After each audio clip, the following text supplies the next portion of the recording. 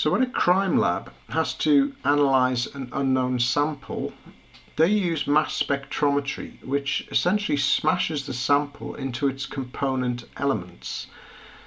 So the signature of element concentrations tells the lab what the substance contains. So that's analysis. In the context of developing an algorithm, analysis is simply the process of taking a problem and breaking it down into its component parts, determining what the important parts are and what can be discarded, and in some ways it's the most important part of software development. If you don't understand the problem, then your solution will generally be the wrong one. You have to make sure that you understand the question before you attempt to answer it. And analysing a problem can often suggest simplifications or abstractions which can make your job a lot easier. So here's a problem.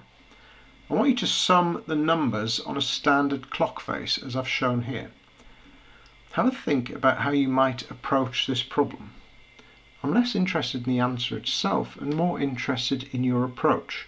So what information about the clock face can we use in our solution? So pause the movie and come back when you have an idea.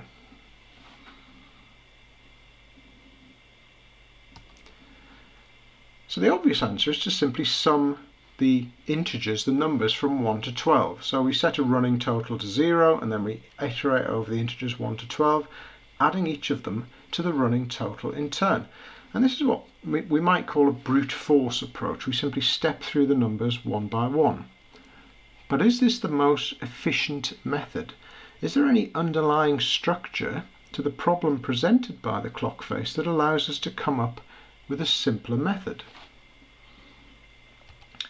Well, if we take some time to look more closely at the clock face, certain underlying structures emerge which make our job a bit easier. We can see that if we look horizontally, we can pair the numbers such that they always add up to 12. 1 to 11, 11 to 1, 10 to 2, and so on. There are 5 such pairs, 1, 2, 3, 4, 5, giving a total of 60, which we can then add to the 18 made up from the 12 and the 6 to give us a total of 78.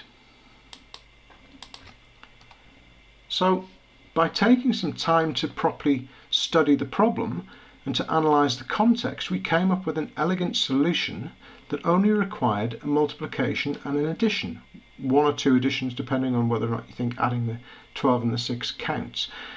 Either way, we came up with a much more efficient solution by identifying an underlying pattern in the problem. So rather than adding 1 to 2 to 3 to 4 to 5 and so on, we very quickly came up with an insight that gave us a much faster solution.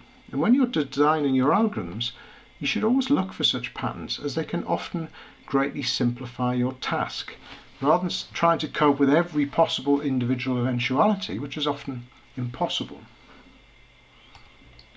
So analysis is often the process of stripping away extraneous detail, leaving us with just what is important.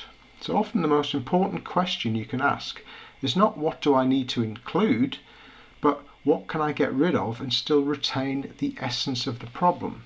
So as Picasso said, art is the elimination of the unnecessary. Here's an illustration of what he meant, I think. I have a print of this picture on my wall at home, as it shows really nicely the process of gradual abstraction. So we start at the top left with a picture of a bull.